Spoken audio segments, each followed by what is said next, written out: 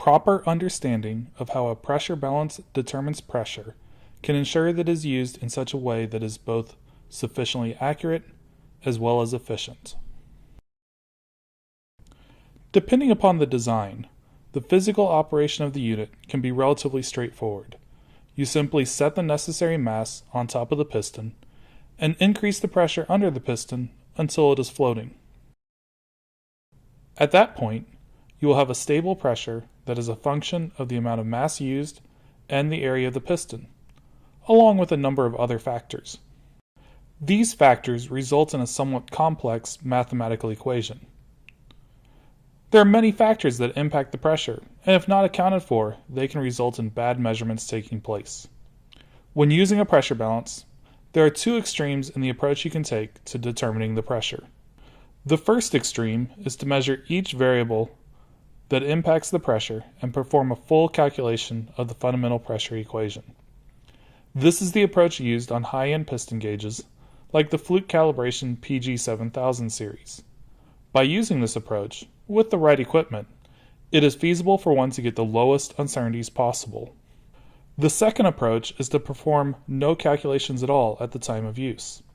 In this scenario, the masses for the deadweight tester are often marked with their corresponding pressure when used with a particular piston cylinder. You simply add up the values on the masses to determine the pressure being generated.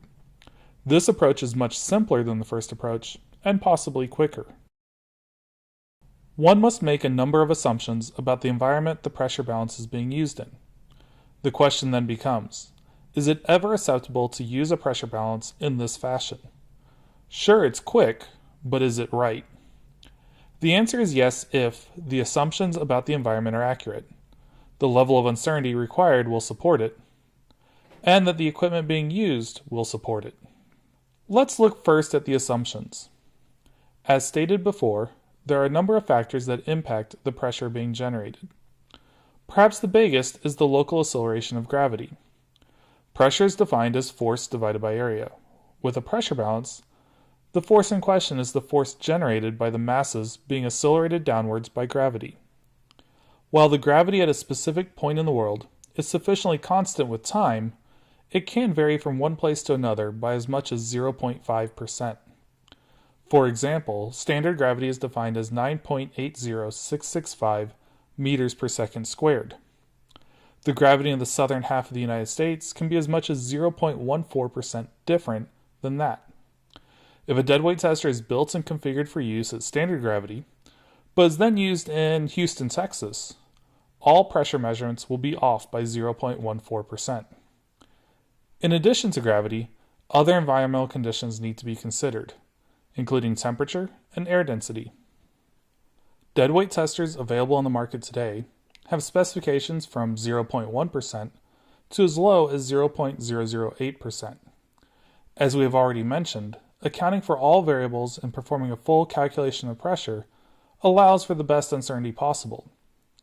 But at what point is it necessary? As we already saw, local gravity can easily result in an error that is greater than 0.1%. Thus, we need to always account for gravity in some fashion.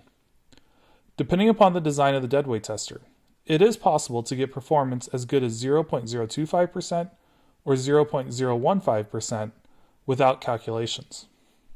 For example, the Fluke Calibration P3000 deadweight testers have a specification of 0.015%.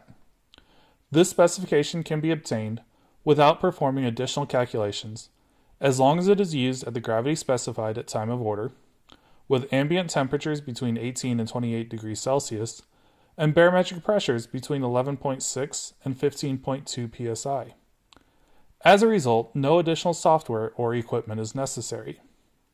With additional software, it's possible to get 0.008% accuracy with the P3000 deadweight testers.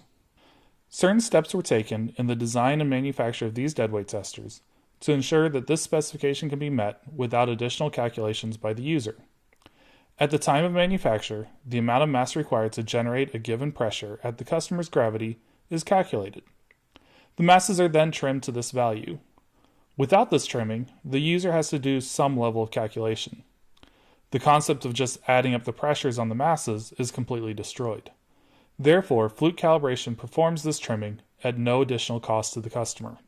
When choosing a deadweight tester, one must pay particular attention to the details behind the specifications. Two manufacturers may offer deadweight testers at the same specification, but they may be making different assumptions on how you are going to use it. The P3000 series of deadweight testers can provide 0.015% performance at pressures up to 20,000 psi, even when operated in the simplest way possible. In addition, they can provide even better performance, as good as 0.008%, when further calculations are performed. For more information, go to www.flukecal.com.